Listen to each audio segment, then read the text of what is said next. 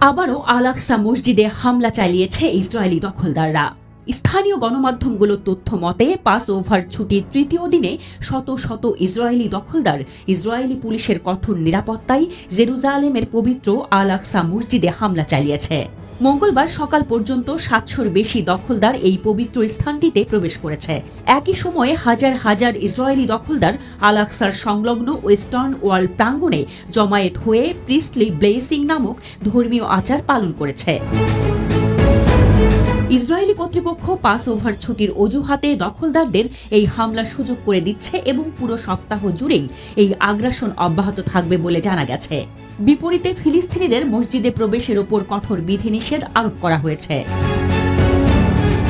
Pass over হল ইহুদি ধর্মাবলম্বীদের একটি উৎসব যা নবী মুসা আলাইহি ওয়াসাল্লামের সময়ে মিশর থেকে ইসরায়েলি জাতির মুক্তির স্মরণে পালন করা হয়। এ বছর উৎসবটি ১২ এপ্রিল সন্ধ্যায় শুরু হয়েছে, চলবে ২০ এপ্রিল পর্যন্ত। ১৩ এপ্রিলও দখলকৃত পূর্ব জেরুজালেমে আল-আকসা মসজিদে আবারও দখলদাররা হামলা চালায়। আল মায়াদিনের প্রতিবেদনে বলা হয়েছে, দখলদাররা আল-আকসা প্রাঙ্গণে কথিত পশু বলি দেওয়ার হুমকি দিয়েছে। আল-আকসা মসজিদ মুসলমানদের জন্য বিশ্বের অন্যতম পবিত্র স্থান। এই মসজিদে বারবার ইসরায়েলি হামলা ও দখল ফিলিস্তিনি জনগণের ধর্মীয় অনুভূতিতে আঘাত হানছে এবং আঞ্চলিক উত্তেজনা বাড়াচ্ছে। এদিকে পশ্চিম তীরে ইসরায়েলি বাহিনীর আগ্রাসনের মাত্রাও বেড়েছে। ১২ এপ্রিল পশ্চিম তীরের বিভিন্ন শহরে ব্যাপক অভিযান চালিয়েছে ইসরায়েলি দখলদার বাহিনী। স্থানীয় সূত্র জানায়, এই অভিযানে অন্তত একজন ফিলিস্তিনি কিশোর গুলিবিদ্ধ হয়েছেন এবং একজন শিশুকে আটক করা হয়েছে।